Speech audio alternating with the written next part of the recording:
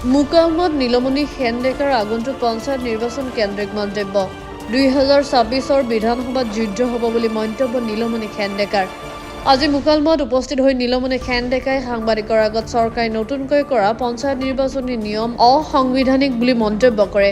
আগন্তুক 2026 চনত হ'বলগীয়া বিধানসভা নিৰ্বাচনত প্ৰতিদ্বন্দ্বিতা কৰাটো নিশ্চিত বুলি উল্লেখ কৰি প্ৰাক্তন মন্ত্ৰীগৰাকীয়ে কংগ্ৰেছ দলে প্ৰাৰ্থিত্ব দিলে দলৰ নিৰ্দেশনা অনুসৰি কাম কৰি যাব বুলি কয়। গোটেই পঞ্চায়ত নিৰ্বাচনত চৰকাৰী যিবিলাক গাইডলাইন বা পঞ্চায়ত এখন অসাংবিধানিক কাৰণ সংবিধানত 343 অনুচ্ছেদ অনুযায়ী পঞ্চায়ত নিৰ্বাচন পাতিব লাগে, মহকুমা পৰিষদ কৰিব লাগে আৰু কৰক। তাত এইটো ক'তো কোৱা নাই যে এডুকেশ্যনেল কোৱালিফিকেশ্যন লাগিব। তাত এইটো কোৱা নাই যে দুটা ল'ৰা ছোৱালীৰ ওপৰ হ'লে তেওঁলোকে কণ্টেষ্ট কৰিব নোৱাৰিব। অসম গভৰ্ণমেণ্টে যিটো কৰিছে পাগলামিৰ বাহিৰে একো নাই। এইটো অবৈধ আৰু যিবিলাক গাইডলাইন মই দেখিছোঁ এই গাইডলাইনবিলাক কেতিয়াও আইনমতে সিদ্ধ নহয়, ইলিগেল। তেওঁলোকৰ কি চৰকাৰখনৰ বিষয়াসকলৰে মূৰ মাথা নাই নে মন্ত্ৰীবিলাকৰে মাথা নাই বুজি পোৱা নাই। কিন্তু কথাটো হ'ল কি যিবিলাক গাইডলাইন দিছে এইটো অবৈধ,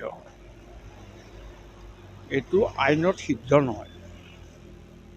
মোৰ 10টা ল'ৰা ছোৱালী থাকিল, মোক ভাৰতীয় সংবিধানত মতে মোক ইলেকশ্যনৰ পৰা তেওঁলোকে বঞ্চিত কৰিব পাৰিব নেকি?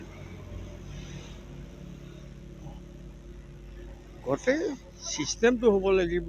পঞ্চায়ত নিৰ্বাচনত প্ৰতিদ্বন্দ্বিতা কৰিব লগা মানুহখিনিৰ গাইডলাইনটো হ'ব লাগিব ভাৰতীয় সংবিধান মতে।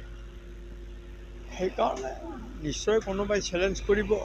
মইতো ভাবোঁ এইখন তেওঁলোকে তগলকে কাণ্ড কৰি আছে হিমন্ত বিশ্ব চৰকাৰে, আৰু মানে প্ৰতিবাদ কৰা উচিত ইয়াৰ বিৰুদ্ধে। বৰ্তমান পঞ্চায়তৰ যি ভোটাৰ চেণ্টাৰসমূহতো কিছুমান ভোটাৰ সাম্প্ৰদায়িক ভিত্তিত কৰিছে, এইবিলাক বৰ দেখাত বেয়া দেখা হৈছে, ভৱিষ্যতৰ কাৰণে বহুত বেয়া পৰম্পৰাৰ সৃষ্টি কৰিছে। 2-3 মাইল দূৰত গৈ ভোট দিব লাগিব, হিন্দুবিলাকক এঠাইত দিছে, মুছলমানবিলাকক এঠাইত দিছে, এইটো ঠিক নহয়, এইবিলাক কৰিব নাপায়। তেওঁলোকে কি ৰাজনীতি আচলতে এনেকুৱাকৈ ভয় খাইছে নেকি যে তেওঁলোকে হাৰিব পাৰে এনেকুৱা? শুনক, RSS আৰু বিজেপি ৰাজনীতি তেনেকুৱাই আৰু ধ্বংসাত্মক ৰাজনীতি।